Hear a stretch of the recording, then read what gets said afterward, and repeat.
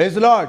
प्रभु यीशु मसीह के नाम में आपका स्वागत है। जिस प्रकार 2 कुरिन्थियों 12वां अध्याय और उसकी 9वीं आयत में लिखा है कि मेरा अनुग्रह तेरे लिए बहुत है। यकीनन परमेश्वर बहुत बरकत की बात मुझसे और आपसे कह रहा है, और इसी बात पे आधारित होकर ग्रेस ऑफ गॉड प्रोग्राम बनाया गया है, और उसमें आपका स्वागत करते हैं कि आप परमेश्वर के अनुग्रह से भरे जाएं, जो बहुतायत के द्वारा आपके लिए रखा गया है। बड़े विश्वास के साथ आप इस प्रोग्राम को देखिए और बहुत विश्वास और उम्मीद के साथ परमेश्वर के वचन और गीतों के द्वारा आशीषों को प्राप्त करिए। स्वागत है आपका ग्रेस ऑफ गॉड प्रोग्राम में। God bless you. मैं आपके सामने एक गाना गाना चाहती हूँ जिससे आपका आशीष मिले। Smile smile Jesus loves you, smile smile Jesus loves you, smile smile Jesus loves you, for precious to his to me. Dance dance Jesus loves you, dance dance Jesus loves you. Dance, dance, Jesus loves you, for precious to is to me. Sing, sing, Jesus loves you.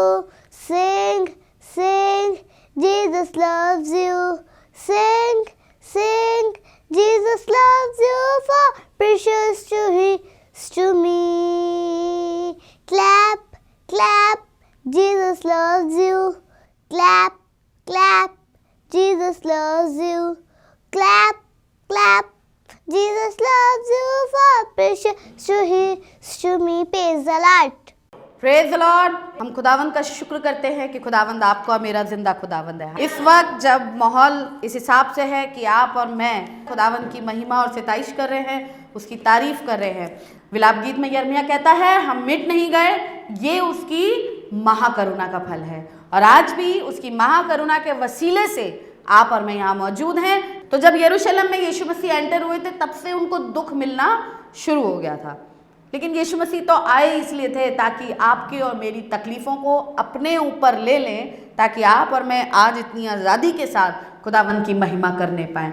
तो हम लोग तो इस बात को कहते हैं, जितने हम लोग असेंबली ऑफ बिलीवर्स चर्च से जुड़े हैं, हम लोग इस बात को कहते हैं कि ये हमारे लिए खुशी का दिन है, ये हमारे लिए विजय का दिन है। क्योंकि अगर यीशु मसीह दुखों को नहीं उठाता तो शायद आप और मैं उस बात को पूरा नहीं कर पाते जो आदम और हव्वा के टाइम पे कही गई थी कि तू इसके सर को कुचलेगा और ये तेरी एड़ी को डसेगा। लेकिन उस बात को पूरा करने के लिए एक बाप ने अपने बेटे को भेजा ताकि वो बेटा अपने बाप की इच्छा को पूरा करे। और जब यरूशलेम में एंटर हुए, तैयारी के साथ तैयारी होती चली गई, और उन्होंने अपने चेलों के साथ मिलकर चौथे दिन की रात के लगभग तक उन्होंने इस दुख को उठाया है। और हर दिन कुछ ना कुछ मिला है। यीशु मसीह को रोज़ कोई ना कोई दुख ऐसा मिला जिससे उनको दुख हुआ जब वो यरूशलेम में एंटर हुए।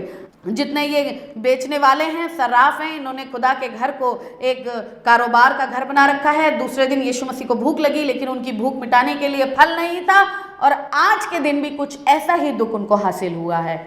बाखूबी आप और मैं अच्छे से जानते हैं। मुझे उम्मीद है कि जब आप लोग यहाँ पे बैठे हैं तो ज़रूर है कि परमेश्वर के कलाम को लेके बैठे होंगे, क्योंकि बिना हथियार के तो लड़ाई लड़ी नहीं जा सकती। और आप और मैं तो वॉरियर्स हैं, आप और मैं सैनिक हैं, वॉरियर है। खुदावंद के कलाम में बहुत सी गहरी बातें मैं आपको बताने जा रही हूँ, और मैं चाहती हूँ कि जिस तरह प्रभु ने मुझे आशीष दी, आज के इस वक्त में आप भी आशीष पाएं। मत्ती रचित सुसमाचार उसका 22वां बाब, जब इसकी शुरुआत ही हुई है, इस चैप्टर की शुरुआत ही हुई है, तो उसमें लिखा है, यीशु फिर उनसे दृष्टांतों में कहने लगा। इसका मतलब है कि यीशु मसीह जब अपने जीवन काल में खिदमत को कर रहे थे तो हमेशा अपने चेलों के साथ या लोगों के साथ दृष्टांतों में बातें करते थे। वो छोटी छोटी चीज़ों में बड़ी बड़ी बातों को समझा दिया करते थे, है ना। आप लोगों ने सुना होगा स्वर्ग का राज्य कितना बड़ा है, लेकिन छोटी सी चीज़ में समझा दिया कि राई के दाने के समान है। बड़ी बड़ी बातों को यीशु मसीह हमेशा अपने चेलों को छोटी छोटी दृष्टांतों में बताते थे, और ऐसे ही स्वर्ग के राज्य के बारे में भी इस छोटे से दृष्टांत में यीशु मसीह ने बहुत खूबसूरत तरीके से बताया है। और इसमें जब इसकी पहली आयत में पढ़ना शुरू करेंगे तो उसमें लिखा है, इस पर यीशु उनसे दृष्टांतों में कहने लगा, स्वर्ग का राज्य उस राजा के समान है जिसने अपने पुत्र का ब्याह किया।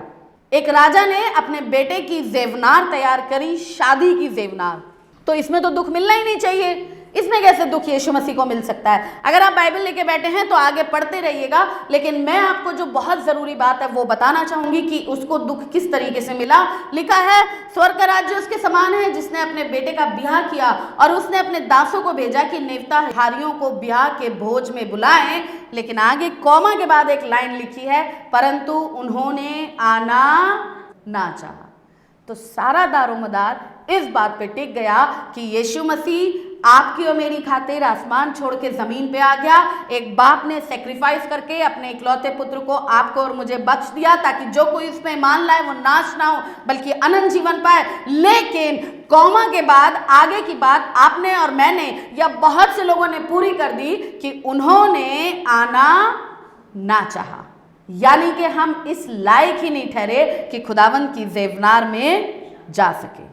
खुदावंद ने तो बहुत बड़ी ज़ेवनार तैयार करी, खुदावंद ने तो बहुत बड़े अच्छे अच्छे लोगों को बुलाया कि ये लोग खाना बनाएंगे, बहुत अच्छे लोगों को तैयार करा कि ये लोग बहुत अच्छा टेंट लगाएंगे, बहुत अच्छे तरीके से इनविटेशन कार्ड बांटे गए, बहुत अच्छे तरीके से इनविटेशन कार्ड्स को चूज करा गया, बड़े बड़े महंगी महंगी चीज़ों को तैयार किया गया, बहुत बड़े बड़े लोगों को इकट्ठा करा गया, बहुत बड़ी बड़ी जगहों पर कार्ड बांटे गए, बहुत सारे लोगों को इन्विटेशन दिया कि आओ मेरे बेटे के ब्याह में आ जाओ। लेकिन लिखा है, परंतु उन्होंने आना ना चाहा, यानी आ सकते थे लेकिन आना ना चाहा। इट्स मीन कि कभी कभी हम लोग कर सकते हैं लेकिन हम कर नहीं पाते हैं, इसलिए खुदावंद हमसे दुखी हो जाता है। ये तीसरे दिन का दुख है कि उसने आपको और मुझे इस लायक समझा, उसने आपको और मुझे इस लायक समझा कि हम उसके राज्य के अधिकारी बने, लेकिन हम अपनी काबिलियत बता नहीं पाए। हम उस लायक ना ठहरे कि हम उस दरबार में जा सकें, हम उस शादी में जा सकें, हम उस ज़ेवनार में जा सकें जो आपकी और मेरे लिए तैयार करी गई है। बहुत बड़ी बात है लेकिन बहुत छोटे शब्दों में, बहुत कम शब्दों में खुदावंद यीशु मसीह ने अपने चेलों को इस बात को समझा दिया कि ज़ेवनार तो आपके मेरे लिए तैयार करी गई। उस बाप ने अपने बेटे को तो भेज दिया कि बेटा तू जाएगा, अपने सीने पे पत्थर रख के उसने अपने बेटे, इकलौते बेटे को भेजा। तभी तो यूहन्ना 3:16 में लिखा है, क्योंकि परमेश्वर ने जगत से ऐसा प्रेम किया कि उसने अपना इकलौता पुत्र दे दिया ताकि जो कोई उस पर ईमान लाए वो नाश ना हो लेकिन अनंत जीवन पाए। ये उसने आपको और मुझे इस लायक समझा कि मेरे लोग परेशान हैं, मेरे लोग मुसीबत में हैं, मेरे लोग दलदल में फंसे जा रहे हैं, मेरे लोग मौत में चलते चले जा रहे हैं, इनको बचाने वाला कोई नहीं है। एक मेमना ऐसा है जो निष्कलंक है, जो निर्दोष है और जिसके लहू के द्वारा इनका छुटकारा हो जाएगा। क्योंकि पौलुस की किताब में साफ लिखा हुआ है कि हम तो सब के सब अधर्मियों की नाई मौत के मुंह में जा रहे थे, लेकिन ऐन वक्त पर हम बेदीनों के लिए यीशु मसीह मुआ है, ऐन वक्त पे मुआ है। और जब ऐन वक्त पे यीशु मसीह मुआ है तो उसने इसलिए अपनी जान दी है ताकि आप और मैं बचाए जाए। लेकिन लिखा है उन्होंने आना ना चाहा। आज भी बहुत सी बार खुदा का खादिम खड़े होकर बोलता है, आज भी बहुत सी बार बहुत सी चीज़ें बताई जाती हैं, आज भी बहुत सी बार हम शायद इस लायक नहीं थे लेकिन यीशु मसीह ने हमें चुना है। तभी तो यूहन्ना की किताब 15 बाब में लिखा हुआ है, तुमने मुझे नहीं चुना लेकिन मैंने तुम्हें चुना है और तुम्हें ठहराया ताकि तुम जाके फल लाओ। हमने नहीं चुना है, हमने नहीं देखा उसको, लेकिन उसने आपको और मुझे चुना है। इस बात को दाऊद प्रूफ करता है। दाऊद ने कलाम में लिखा है, अपने ज़बूर में दाऊद कहने लगा कि जब मैं माँ के पेट में ही था, जब मेरी हड्डियां भी नहीं जड़ी थी, जब मैं एक बेडौल तत्व था, तब तूने मेरी रचना करी है, तब तूने मेरी हड्डियों को हड्डियों के साथ जोड़ा है, तब तूने मुझे बनाया है ताकि मैं तेरा कहलाया जाऊं, तब तूने मेरी रचना करी ताकि मैं तेरा कहलाया जाऊं। और उत्पत्ति की किताब के पहले बाब की पहली लाइन में तो बहुत ही खूबसूरत लिखा है कि जब उसने दुनिया बनानी शुरू करी तो उसने अंधियारे को उजियाले से अलग करा। उसने आपको और मुझे दुनिया से अलग किया है, अंधियारे से रोशनी को अलग करा है, अंधियारे से दिन को अलग करा है और रात को, अंधेरे को रात बोला और दिन को रोशनी बोला है। जब खुदावंद ने आपको और मुझे पहले ही दिन से अलग कर दिया है तो फिर क्यों नहीं हम अपने आप को खुदावंद के लायक बनाते हैं कि उसने आपको और मुझे चुन के ठहराया है तो आप और मैं उसके लायक बन सके। क्या कोई इस योग्य नहीं था? जैसे कि कल आपने सुना होगा जब खुदा की खादिमा बता रही थी, यशाया कहने लगा मैं जाऊंगा, मैं जाऊंगा। जब वह खुदाबाप आवाज लगा रहा था तो सैमुअल ने कहा, फरमा, तेरा बंदा सुनता है, मैं सुनता हूं। क्या हम इस लायक हैं कि खुदा ने आपको और मुझे आवाज दी है? अपनी जेवनार में बुलाने के लिए खुदाबाप ने आपको और मुझे ठहराया है। उसने आपको और मुझे चुन लिया है कि हम एक बड़ी भीड़ में से अलग हो सकें, क्योंकि इसकी 14वीं आयत में लिखा है, बुलाए हुए तो बहुत हैं लेकिन चुने हुए थोड़े हैं। क्या आप और मैं इस लायक ठहरे हैं कि खुदाबाप का काम कर सकें? लिखा है, अगर आप इसके आगे की आयतों को पढ़ेंगे तो आपको अपने आप पता चलेगा। आप बाइबल लेके बैठे हैं तो आपको अपने आप पता चलेगा कि जब उसने कहा कि उन्होंने आना ना चाहा, नेवता हारियों को बुलाने के लिए भेज रहा है, अपने दासों को कह रहा, भाई ऐसे कैसे मना कर रहे हैं वो, उन्हें लेकर आओ, उन्हें बुलाओ, मैंने जेवनार तैयार करी है। लेकिन लिखा है, आगे लिखा है, वो कहने लगे, परंतु वो बेपरवाही करके चल दिए, कोई अपने खेत को और कोई अपने व्यापार को। ये दुख खुदावंद यीशु मसीह को तीसरे दिन मिला था कि यीशु मसीह ने आसमान छोड़ के जमीन पे आ गया, लेकिन आप और मैं बेपरवाही करके चल दिए, कोई अपने खेत को और कोई अपने व्यापार को। खेत दिखाता है नौकरी को, व्यापार दिखाता है बिजनेस को। बहुत से लोग इस बार ऐसे ही करते हैं, दिमाग लगाते रहते हैं, हम ऐसा करेंगे, हम ऐसा कर लेंगे, हमें ऐसा करना है, हम वहाँ जाएंगे, चलो ठीक है, हम मौका मिल गया तो इबादत में आ जाएंगे, नहीं तो पाजी साहब सॉरी हम आ नहीं पाएंगे। कभी कभी हम ऐसा करते हैं, लॉकडाउन का तो बहाना है, लेकिन उसके अलावा सोच के देखिए, क्या हम पूरी शिद्दत के साथ खुदावंद के लायक ठहरे हैं या नहीं ठहरे हैं? हमने उन बातों को पूरा करा है जो खुदावंद यीशु मसीह ने आसमान छोड़कर जमीन पे आके आपके और मेरे लिए किया है? क्या हमने कभी चेक करा है कि हम खुदावंद के घर के लायक ठहरे हैं या नहीं ठहरे हैं? क्या खुदावंद का घर जो वीरान पड़ा है उसके लिए आप और मैं तत्पर रहे हैं या नहीं रहे? जब खुदावंद के घर को आपकी और मेरी जरूरत थी, क्या हम उसके घर में आए हैं या नहीं आए हैं? या हम अपनी अपनी जगहों पर ज्यादा व्यस्त रह गए, या हम अपनी अपनी चीजों में, अपने परिवार में, अपनी नौकरी में, अपने घर में, अपने बच्चों में, अपने रिश्तेदारी में इतने व्यस्त हो गए कि हम खुदा के लायक भी नहीं ठहर पाए कि जब उसे आपको मेरी जरूरत थी, जब वो परेशान था कि मैं किसको भेजूं जो मेरा कलाम सुनाए, तब हम कह सकते कि नहीं खुदा मैं हूं, नहीं खुदा मैं हूं, तू मुझे भेज कि मैं तेरे कार्य को कर सकूं, मैं तेरे घर में इस्तेमाल हो सकूं। अरे आप और मैं तो उसके घर में लगाए गए हैं, आप और मैं तो उसके घर में रोपे गए हैं, फिर क्यों नहीं हम खुदावंद के घर में कार्य कर सकते हैं? हम खुदावंद के घर के लायक नहीं ठहरते हैं। आज चेक करें कि क्या हम परमेश्वर के लायक हैं या नहीं हैं। सिर्फ चेक करें, सिर्फ चेक करें कि क्या हम परमेश्वर के लायक हैं, उस परमेश्वर के जिसने अपने आप को आपके मेरे लिए दे दिया, क्या हम उसके लायक हैं या नहीं हैं? अगर हम उसके लायक ठहरे हैं, देखिए बाइबल में इसी बात को जब हम आगे पढ़ रहे थे, लिखा है, औरों ने जो बच रहे थे उसके दासों को पकड़कर उनका अनादर किया और उन्हें मार डाला। अनादर किया और मार डाला। आज कोई ऐसा नहीं करता, करता है? उसके दासों को पकड़ के मारते हैं या अनादर करते हैं? मेरे ख्याल से मारते तो नहीं, लेकिन अनादर जरूर करते हैं, क्योंकि आज के वक्त में एक ही हथियार सबसे अच्छा है सबके पास, और वो है, ये एक ऐसी चीज है जिससे हम अनादर जितना अच्छा कर सकते हैं उतना शायद हम हाथ से भी नहीं कर सकते। लेकिन खुदावंद का कलाम बताता है कि जितने बच रहे थे, जितने कह नहीं पाए, जितने एक्सक्यूज नहीं कर पाए, तो खुदा के लायक जो नहीं ठहरे, उनमें से बहुतों ने अपनी जबान के जरिए खुदा के दासों का अनादर किया और उनको मारा, उनके प्रति अपना द्वेष व्यक्त किया, अपने आप को खुदावंद से अलग जाहिर करा। तो ऐसे लोगों को तो फिर खुदावंद को तो फिर खत्म कर देना चाहिए। लेकिन खुदावंद के कलाम में बहुत खूबसूरत तरीके से लिखा है, जानते हैं क्या? कि जब अगर हम खुदावंद के लायक नहीं ठहरते हैं तो खुदावंद अलग कर देता है, लेकिन जब लायक ठहरेंगे तो कैसे ठहरेंगे? एक तरीका है कि हम कैसे लायक ठहर सकते हैं। जब लिखा है कि हमें परमेश्वर, हम बेपरवाही करके चल दिए, चलिए वो तो चलेगा, उनका तो लिखा है कि उसने भेजा और सबको मरवा दिया, लेकिन जो लायक हैं उनके लिए खुदावंद ने कुछ काम करा है ना, तो उसके लिए क्या लिखा है? लिखा है 11वीं आयत से, जब राजा जेवनहारों के देखने को भीतर आया तो उसने वहां एक मनुष्य को देखा जो ब्याह का वस्त्र पहने हुए नहीं था। ये जानते हैं कौन लोग हैं? ये वो लोग हैं जो सड़क के किनारे से बुलाए गए हैं। ये वो लोग हैं जिनका कोई अस्तित्व नहीं था, जिनकी कोई पहचान नहीं थी। लेकिन अगर आप चाहते हैं कि आप खुदा के लायक ठहरे तो आपको एक काम करने की ज़रूरत है, आपको और मुझे, और वो काम है कि हमें तैयारी के कपड़ों के साथ अपने परमेश्वर की हुजूरी में होना पड़ेगा। हालेलुया! तैयारी के कपड़ों के साथ। इस आदमी को भी ये आ तो गया ज़ेवनार में, ये आ तो गया बिहा में, लेकिन लिखा है उसने अपने लोगों से कहा कि इसे उठा के बाहर फेंक दो, क्योंकि इसने बिहा के वस्त्र नहीं पहने हैं। अगर आप और मैं चाहते हैं कि आप और मैं खुदावन के लायक ठहरे, तो एक काम करने की ज़रूरत है कि जिस ज़ेवनार में बुलाए गए हैं, जिस बिहा में बुलाए गए हैं, उसके कपड़े पहने। और वो तैयारी के कपड़े क्या हैं? प्रकाशित वाक्य 19 बाब और उसकी 7वीं आयत में लिखा है, आओ हम आनंदित और मगन हो।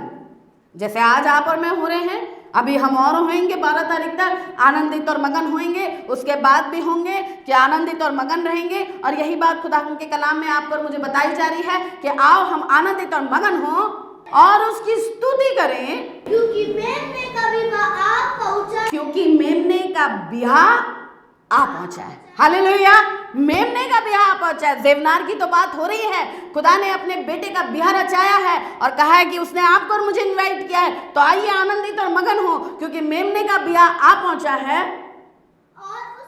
और उसकी दुल्हन ने अपने आप को तैयार किया है। जानते हैं कैसे? इसकी अगली आयत पढ़िए, उसको शुद्ध और चमकदार और मलमल पहनने का अधिकार दिया गया। किसको अधिकार मिला है? आपको और मुझे, क्योंकि आप और मैं उसकी दुल्हन हैं, क्योंकि आपने और मैंने अपने आप को उसके लिए तैयार किया है। मेरे अजीजों, मैं आपको बताना चाहती हूँ, उसका जो दुख था वो यही था कि उसके लोग उसके लिए तैयार नहीं थे, उसके लोग उसके लिए तैयार नहीं थे, उसके लायक नहीं थे। लेकिन लिखा है, जो अपने आप को उसके लिए तैयार करता है उसको खुदावन की तरफ से एक पोशाक दी जाती है, यानी कि वो वस्त्र दिए जाते हैं जो तैयारी के होते हैं, और वो वस्त्र है शुद्ध, चमकदार और महीन मलमल पहनने का अधिकार दिया, जिसका अर्थ है धार्मिकता के काम। हालेलुया, धार्मिकता के काम, वो धार्मिकता जो खुदावन के साथ जोड़ी गई है। धार्मिकता का मतलब आपको और मुझे बाखूबी पता है, आपके और मेरा रिलेशन जो हमारे परमेश्वर के साथ है, इसका मतलब जो लोग तैयार होते हैं उनका रिलेशन खुदावन के साथ बहुत अच्छा होता है। जो लोग तैयार होते हैं उसके राज्य के लिए, उनका रिलेशन परमेश्वर के साथ बहुत अच्छा होता है, एक आपसी तालमेल बहुत अच्छा होता है, उनकी आपस में बॉन्डिंग बहुत अच्छी होती है। क्योंकि जहाँ पे बॉन्डिंग अच्छी नहीं होती है वहाँ पे रिलेशनशिप खराब हो जाती है। जहाँ पे बॉन्डिंग अच्छी नहीं होगी वहाँ पे रिश्ते टूट जाते हैं। चाहे माँ बाप की बच्चों के साथ बॉन्डिंग हो, चाहे हस्बैंड और वाइफ की बॉन्डिंग हो, चाहे हस्बैंड वाइफ की बच्चों के साथ हो, या कह लीजिए रिश्तेदारियों में, पड़ोसियों में, काम करने वाली जगह पर, अगर आपका रिलेशन एक दूसरे के साथ अच्छा नहीं है तो आपकी बॉन्डिंग खराब हो जाएगी। और यही चीज खुदावन के साथ है कि अगर हम चाहते हैं कि हम उसके लायक ठहरें तो आपको और मुझे तैयार होना पड़ेगा। और तैयारी का सबसे पहला साइन ये है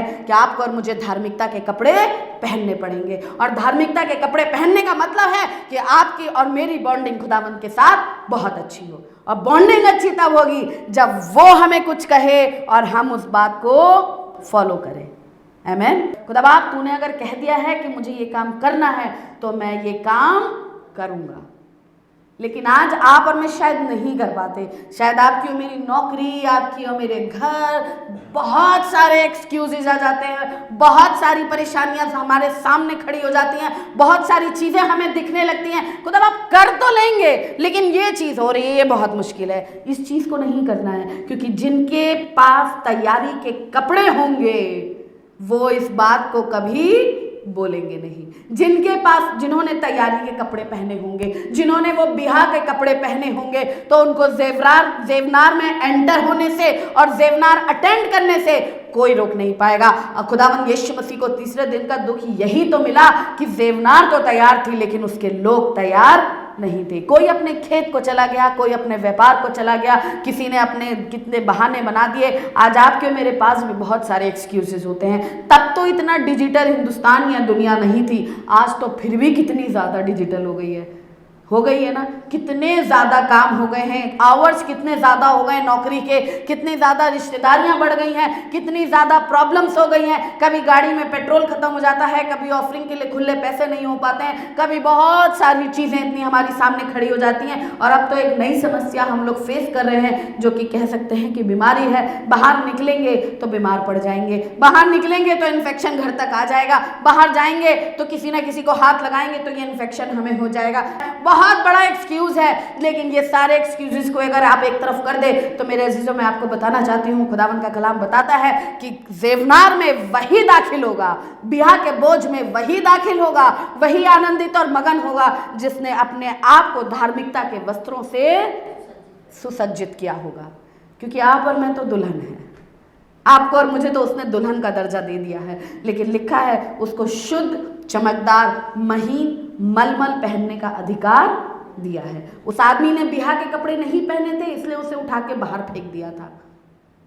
आपने और मैंने पहने हैं या नहीं पहने हैं? एक्सक्यूजेस मत दिखाइए, अपनी बातें मत रखिए, लेकिन ये देखिए कि क्या मैं और आप खुदा का काम करने के लायक हैं या नहीं हैं, या नहीं हैं, कर सकते हैं या नहीं। अब ये मत कहिए कि हम नहीं कर सकते, हम कर सकते हैं, हम कर सकते हैं, क्योंकि खुदा बाप ने आपकी और मेरी एवरेज देखी है। अगर नहीं देखी होती तो दाऊद जो 13 साल का था उसको ऐसे ही नहीं भेज देता गोलियत के आगे। उसने तो कहा था कि मैं तुझे भेज रहा हूं, तू गोलियत को गिराया। आज भी आपका और मेरा गोलियत हमारे सामने खड़ा है, तो क्या आप और मैं तैयार नहीं हैं? क्या आपके मेरे पास वो बात नहीं है जो दाऊद के पास थी? है, क्योंकि परमेश्वर तो जो दाऊद के साथ था वो आपके मेरे साथ है। लेकिन जरूरत इस बात की कि दाऊद ने अपने आप को तैयार करा था, क्या आपने और मैंने अपने आप को तैयार किया है या नहीं किया है? क्योंकि उन लोगों को, मैं पढ़ रही थी खुदा के कलाम में, तो लिखा है इस्राएलियों को पता भी नहीं चला कि वो लाल समुद्र कैसे पार हो गए, मानो सूखी भूमि पे जैसे चल रहे हों। ये बाइबल में साफ लिखा है शब्द, उन्हें पता भी नहीं चला, मानो सूखी भूमि पे चल रहे हैं। अरे वो तो एक बहुत बड़े समुद्र के बीच में से जा रहे थे, उन्हें तो पता भी नहीं चला कि यहाँ पे इतने सालों से ये समुद्र है। वहां पे तो जमीन को बहुत ज्यादा पिलपिली होनी चाहिए थी, वहां पे तो पैर को धंस जाना चाहिए था, क्योंकि उन्हीं के सामने अलग किया था। उनको तो पता भी नहीं चला, उनको ऐसा लगा कि वो सूखी भूमि के पार हो गए। ऐसे ही आपके और मेरे साथ होता है। जब आप और मैं तैयार होते हैं, जब आप और मैं धार्मिकता से सुसज्जित होते हैं, जब आपको और मेरा रिलेशन परमेश्वर के साथ इतना अच्छा होता है कि चाहे कुछ भी हो जाए, लेकिन जो उसने कहा है आपको और मुझे पूरा करना है, तो मेरे अजीजों मैं आपको बताना चाहती हूँ कि चाहे लाल समुद्र कितना बड़ा क्यों ना हो, चाहे लाल समुद्र हमें कितना दूर तक दिखाई क्यों ना दे रहा हो, हम उसमें से पार ऐसे हो जाएंगे जैसे सूखी भूमि में से। यानी कि ना तो हमारे पैर खराब होंगे, ना हमारे कपड़े गीले होंगे, ना हमारे ऊपर कुछ बूंदे भी गिरेंगी। ऐसे सोच के देखिएगा कि क्या साल में इतने सालों से हम मनाते चले आ रहे हैं, लेकिन क्या सोच के देखिए इस्राएलियों के साथ भी तो शायद पहली बार हुआ था कि वो लाल समुद्र के पार जा रहे थे। इस्राएलियों के साथ ही पहली बार हुआ था कि जब वो लोग वहां पे रहते थे, जब फिरौन ने मना कर दिया था, भेजता था खुदावंद वहां के लोगों पे दिखाने के लिए कि मेरे लोगों को भेज दे, तब सिर्फ वो लोग सेफ रहते थे जो खुदा के घर में मौजूद होते थे। ये तो पहली बार हुआ होगा उनके साथ। लेकिन खुदावंद का कलाम बताता है कि जब मैंने तुम्हारे लिए इतना सब कुछ किया है, तो क्या तुम मेरे लायक नहीं ठहर सकते? क्या कोई इस योग्य है जो खुदावंद के लिए जा सके? क्या कोई इस योग्य है जो अपने आप को तैयार कर सके कि खुदावंद की खिदमत कर सके? क्या कोई इस योग्य है कि जो कहते तो हैं कि मैं सब कुछ देता हूँ, दुखी लोगों के वक्त में, अकाल के दिनों में, परेशानियों में अपने आप को अपने खुदावंद के लिए तैयार करे हैं या नहीं करें? यही एक दुख था जो आज के दिन खुदावंद को मिला कि मैंने तो सब कुछ। पौलुस रसूल कहता है कि जितना मैं तुम्हारी आत्माओं के लिए बढ़ के खर्च हो सकता हूँ, क्या उतना तुम घट के मेरे लिए खर्च हो सकते हो या नहीं? उसने तो बहुत कुछ करा है। आगे आगे आप और मैं देखते भी आए हैं कि उसने कितनी तकलीफें सही, कितने कोड़े खाए, कांटों का ताज पहना, मुंह पे थुकवाया। ऐसा अभी आपके मेरे साथ नहीं हुआ। लेकिन आपको और मुझे क्या रहना है? तैयार, बी प्रिपेयर। अगर 5 कुमारियों के पास तेल और मशाले दोनों थी, वो चली गई। जिनके पास सिर्फ मशाले थी वो रह गई। मशाले तैयार कर लीजिए, सब कुछ बहुत अच्छा कर लीजिए, लेकिन अगर तेल नहीं होगा तो खुदा के राज्य में दाखिल नहीं हो पाएंगे।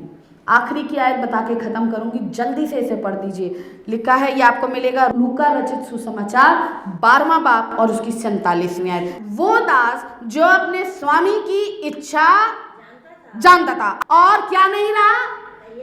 तैयार।